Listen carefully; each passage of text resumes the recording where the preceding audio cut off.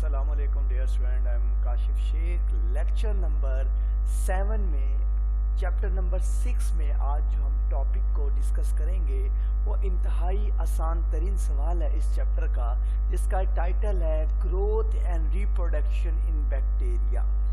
तो स्टूडेंट ये आपको नोट्स की सूरत में दिया जा रहा है, तो सवाल आपने इसी तरह ही तरीके से सवाल लिखना है जिस तरह आपको ये पढ़ाया जा रहा है। देखें, दो बातें यहाँ पर डिस्कस हो रही हैं, एक ग्रोथ और रिप्रोडक्शन। अगर हम एक ह्यूमन के अंदर ग्रोथ और रिप्रोडक्शन को देखें तो इसका मतलब होता है, ग्रोथ का मतलब होता है साइज में इंक्रीज होना, यानी कि इजाफा होना उसकी जिसामत में, और रिप्रोडक्शन का मतलब होता है कि अगली नस्ल का पैदा होना, रिप्रोड्यूस करना, बच्चे पैदा करना।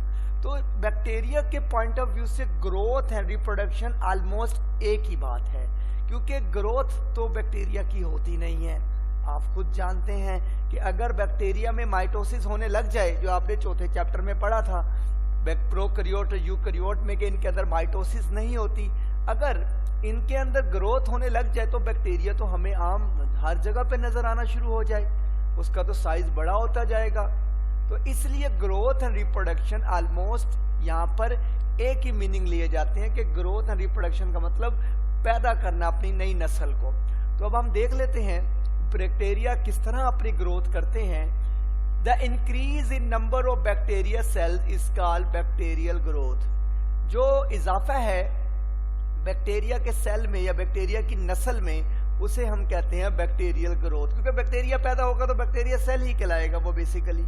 तो the increase in number occur by the asexual reproduction, जो इंक्रीज होती है इनके अंदर रिप्रोडक्शन, वो एसेक्सुअल रिप्रोडक्शन के जरिए होती है। जो इनकी तादाद में इजाफा होता है वो बेसिकली किसके जरिए होता है, वो एसेक्सुअल रिप्रोडक्शन के जरिए होता है। अब एसेक्सुअल रिप्रोडक्शन के अंदर मेल और फीमेल की जरूरत नहीं होती, आप सब जानते, एक ही जीन, एक ही इंडिविजुअल होता है जो किसी भी तरीके से, बाइनरी फिशन हो गया, बडिंग हो गया, फ्रेगमेंटेशन हो गया, बहुत सारी चीजें एसेक्सुअल जिसमें उनमें एग और स्पर्म की जरूरत नहीं पड़ती। इन bacteria asexual reproduction occur by means of the binary fission. Fission का मतलब होता है दो हिस्सों में टूट जाना, बाइनरी का मतलब दो होता है, किसी चीज का या किसी जानदार का दो हिस्सों में बराबर तकसीम हो जाना, उसे हम बाइनरी फिशन कहते हैं। तो ये एसेक्सुअल रिप्रोडक्शन है किसके अंदर, बैक्टीरिया में।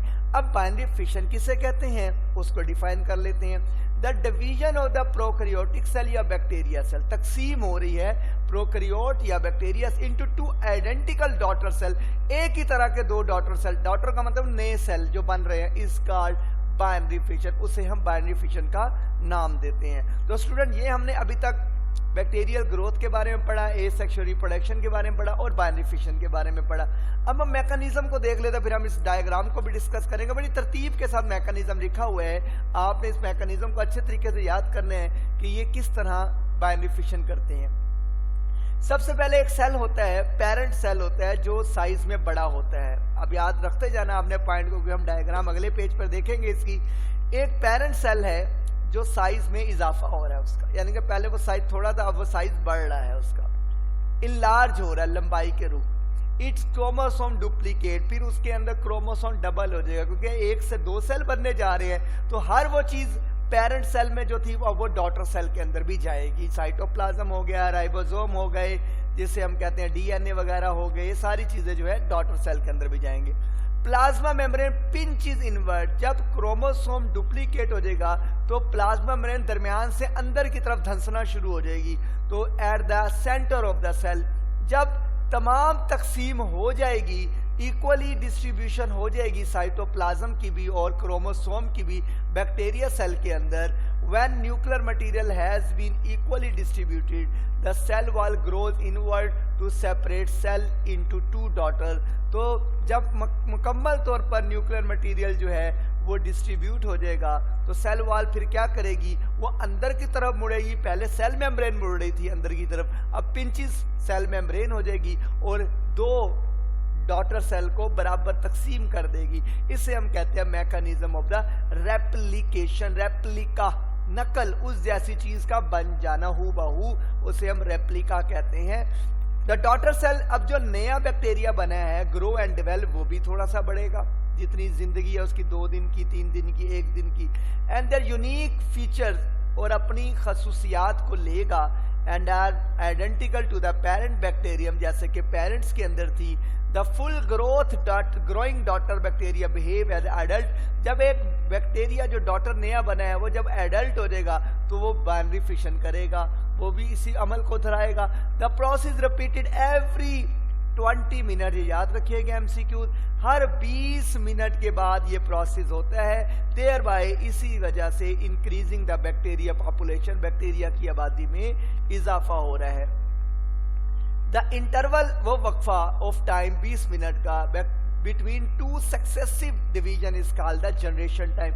ये भी शॉर्ट क्वेश्चन है, याद रखिएगा। What is generation time?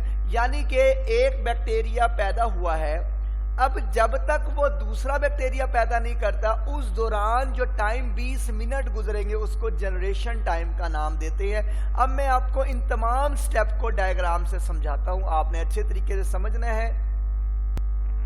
अच्छा स्टूडेंट, ये आपके पास एक डायग्राम शो हो रही है, याद रखिएगा हमने बाइनरी फिशन में मैकेनिज्म को डिस्कस किया है, जिसके अंदर आप देखें तो पहले साइज में इजाफा हो रहा है, बैक्टीरिया की इनलार्ज हो रहा है साइज, ये पेरेंट सेल लार्ज हो रहा है। अब ये जो क्रोमोसोम है वो डुप्लीकेट हो गया, देखें उस जैसे ही क्रोमोसोम बन गया।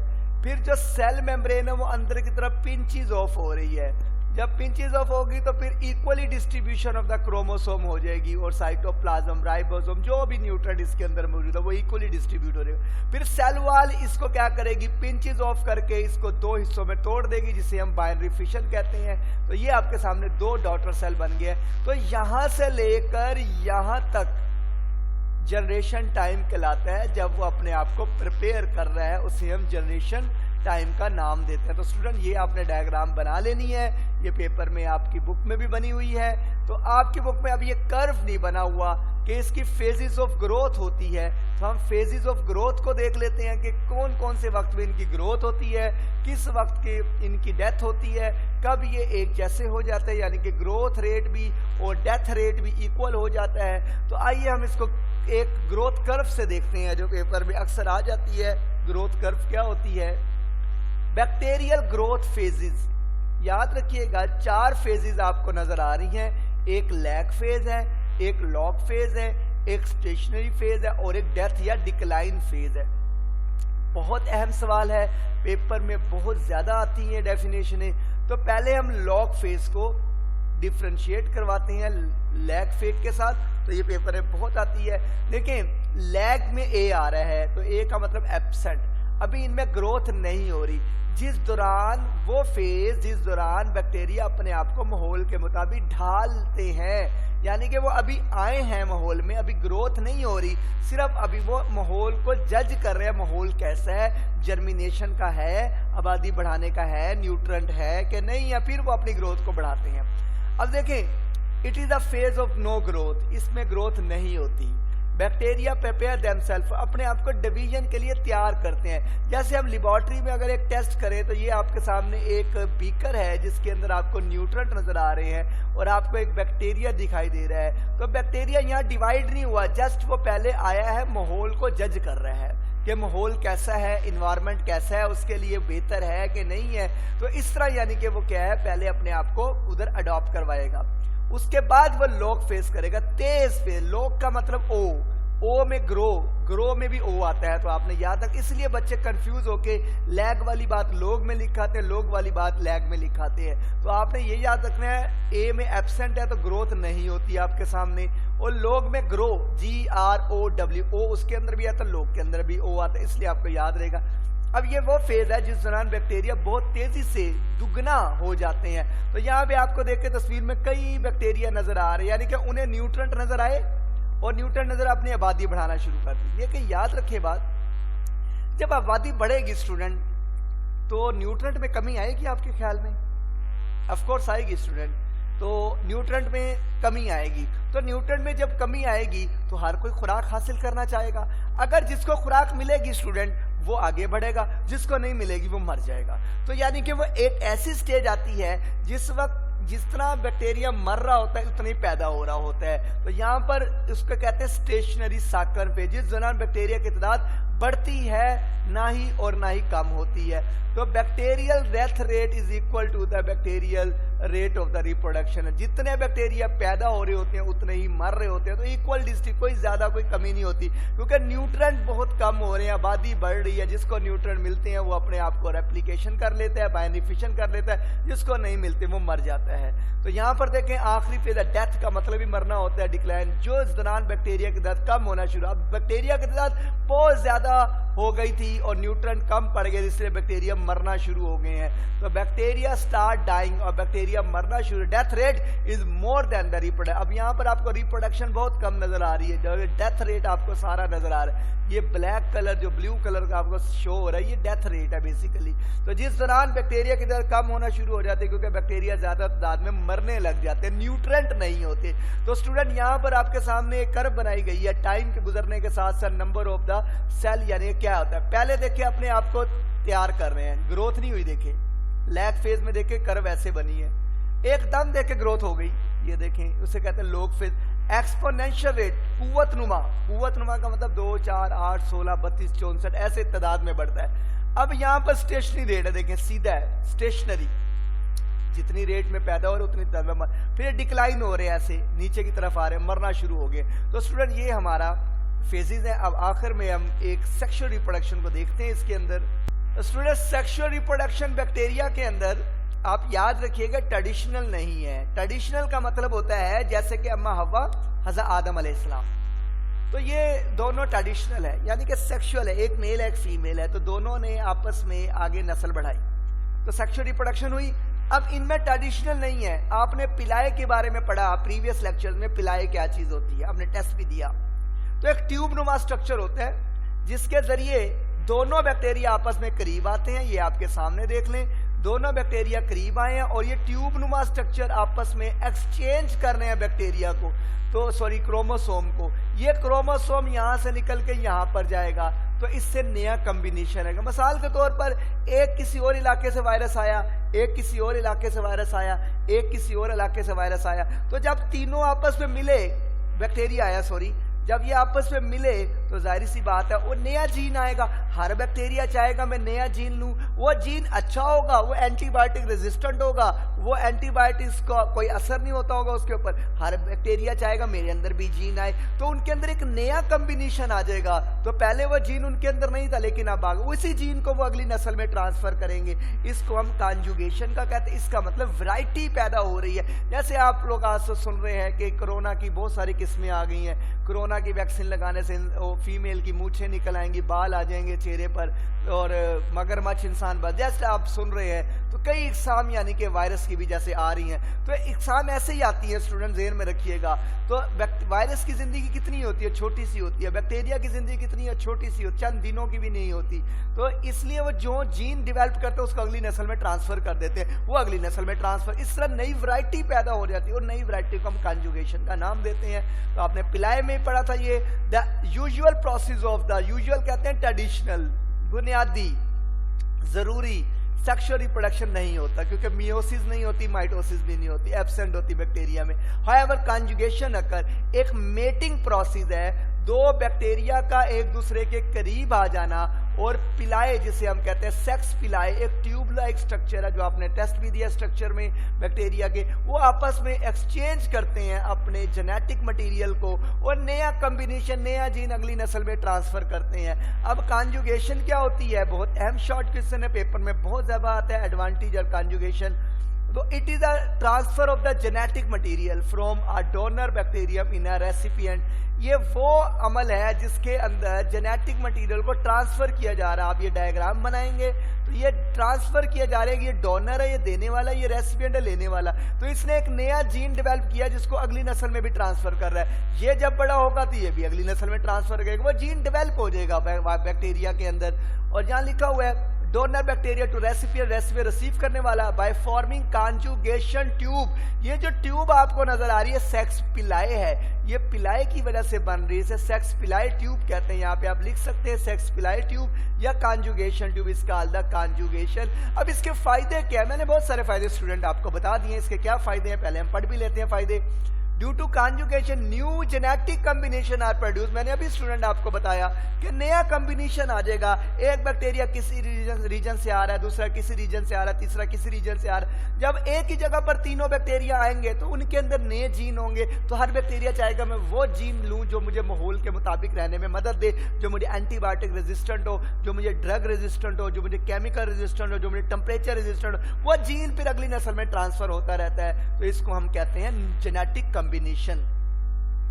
These recombinant bacteria can survive in many different condition। और इसी तरह recombinant का मतलब क्या होता है, नया कॉम्बिनेशन आ गया है। तो इस तरह का कॉम्बिनेशन जो बैक्टीरिया में आएगा वो उन्हें डिफरेंट इन्वायरमेंट में रहने के काबिल बना देगा। सख्त से सख्त जगह पे भी रह सकते हैं, सख्त से सख्त गर्मी में भी रह सकते हैं, ज्यादा से ज्यादा सर्दी में भी रह सकते हैं, पानी में भी गर्म से गर्म पानी में रह सकते हैं, यानी कि हर जगह पर ये अवेलेबल हो सकते हैं, गंदगी में भी रह सकते हैं, तो हर जगह पर ये कॉम्बिनेशन आ जाएगा। तो स्टूडेंट ये हमारा सवाल था रिकम्बिनेंट जिसे हम कहते हैं, और ये हमारा ग्रोथ एंड रिप्रोडक्शन है। अब 2-3 छोटे छोटे पॉइंट है उसको हम डिस्कस करने लगे हैं। तो सबसे पहले हम इंपॉर्टेंस ऑफ बैक्टीरिया में इकोलॉजिकल इंपॉर्टेंस कहते हैं। इकोलॉजिकल जहां लफ्ज आएगा तो आप याद रखिएगा इसे हम इन्वायरमेंट कहते हैं। इंपॉर्टेंस का मतलब जरूरी नहीं होता कि आपको हमेशा फायदा ही मिले, कि किसी चीज से फायदा हो रहा है तो वो इंपॉर्टेंट है, किसी से नुकसान हो वो भी इंपॉर्टेंट होती है चीज, याद रखिएगा। जैसे कोरोना से आपको नुकसान हो जाएगा तो आपके लिए इंपॉर्टेंट क्या है, सेहत इंपॉर्टेंट है। तो आपने क्या करना है, अपने सेहत को बचाना है, आपने SOPs का ख्याल रखना है, आपने प्रिवेंट मैयर करना है, ये भी इंपॉर्टेंट है। तो जरूरी नहीं होता हर जगह फायदा ही इंपॉर्टेंट देता है, नुकसान वाली चीज भी आपको इंपॉर्टेंस रखती है आपके लिए, क्योंकि आपकी सेहत को खराब कर सकती है। तो हम माहौलियाती तौर पर बैक्टीरिया का क्या फायदा है इसको देखेंगे। छोटे छोटे 2-2 लाइंस के पॉइंट है, इसको हम डिस्कस कर लेते हैं स्टूडेंट।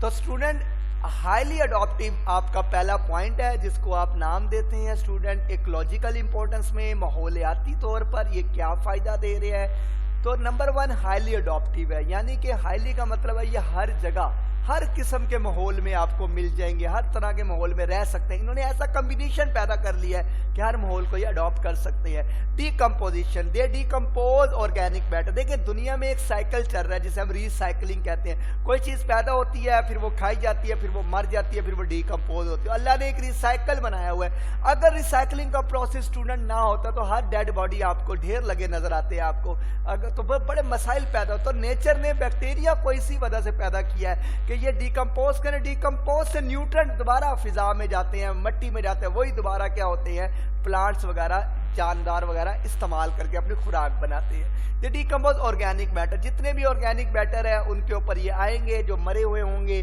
जैसे इंसान है, जैसे प्लांट्स हैं, जैसे लकड़ी के टुकड़े हैं, जैसे गले सड़े फल है, सब्जियां हैं, कोई भी जानदार चीज जो ऑर्गेनिक है, जो डेड हो गया है, उसके ऊपर बैक्टीरिया आएंगे, वो डिकम्पोज करेंगे, उसको अपने एंजाइम रिलीज करेंगे। In this way they prevent accumulation of dead material and the metabolism. इस तरह वो डेड मटेरियल को इकट्ठा नहीं होने देते माहौल के अंदर, और माहौल में सफाया कर देते हैं, माहौल को साफ यानी कि सफाई का काम करते हैं, और मेटाबॉलिक वेस्ट यानी कि उसके अपने मेटाबॉलिक वेस्ट रिलीज करते हैं, जिससे क्या होता है उनको डिकम्पोज करने में मदद करते हैं। और उनके नतीजे में जो वेस्ट निकलते हैं डिकम्पोजिशन, वो मिट्टी में जाते हैं, वो न्यूट्रिएंट बन जाते हैं, मिट्टी का हिस्सा बन जाते हैं, और रिसाइकलिंग ऑफ द एलिमेंट करवाने में बड़ा अहम रोल प्ले करते हैं। देखिए एक तो ये माहौल को साफ सुथरा बना रहे हैं, दूसरा रिसाइकलिंग कर रहे हैं। जो चीज वहां से डिकम्पोज होगी, न्यूट्रिएंट निकलेंगे, वो फिजा में जाएंगे, वो मिट्टी में जाएंगे, अपने लाइफ साइकिल को कंप्लीट करेंगे। They play important role in the completion of the nitrogen, phosphorus, sulphur, carbon cycle. तो इन चीजों की कमी नहीं होती स्टूडेंट, नाइट्रोजन की, फास्फोरस की, सल्फर की, कार्बन की, ये इनके साइकिल को कंप्लीट करवा दिया। जैसे आपने नाइट्रोजन साइकिल पढ़ा हुआ है बैटरी लेवल पर, तो स्टूडेंट ये क्या करते हैं, ये उसके इसी चैप्टर में भी हम पढ़ेंगे, लास्ट सवाल है हमारे चैप्टर का नाइट्रोजन साइकिल। तो ये तो इस चैप्टर में नहीं, सेकंड ईयर में है, तो आप नेक्स्ट ईयर पढ़ेंगे इंशाल्लाह ताला। तो ये आपका क्या है स्टूडेंट, तो बेसिकली आपको इन चीज़ों की कमी नहीं होने देते ये लोग, बैक्टीरिया वगैरह जो होते हैं माहौल में।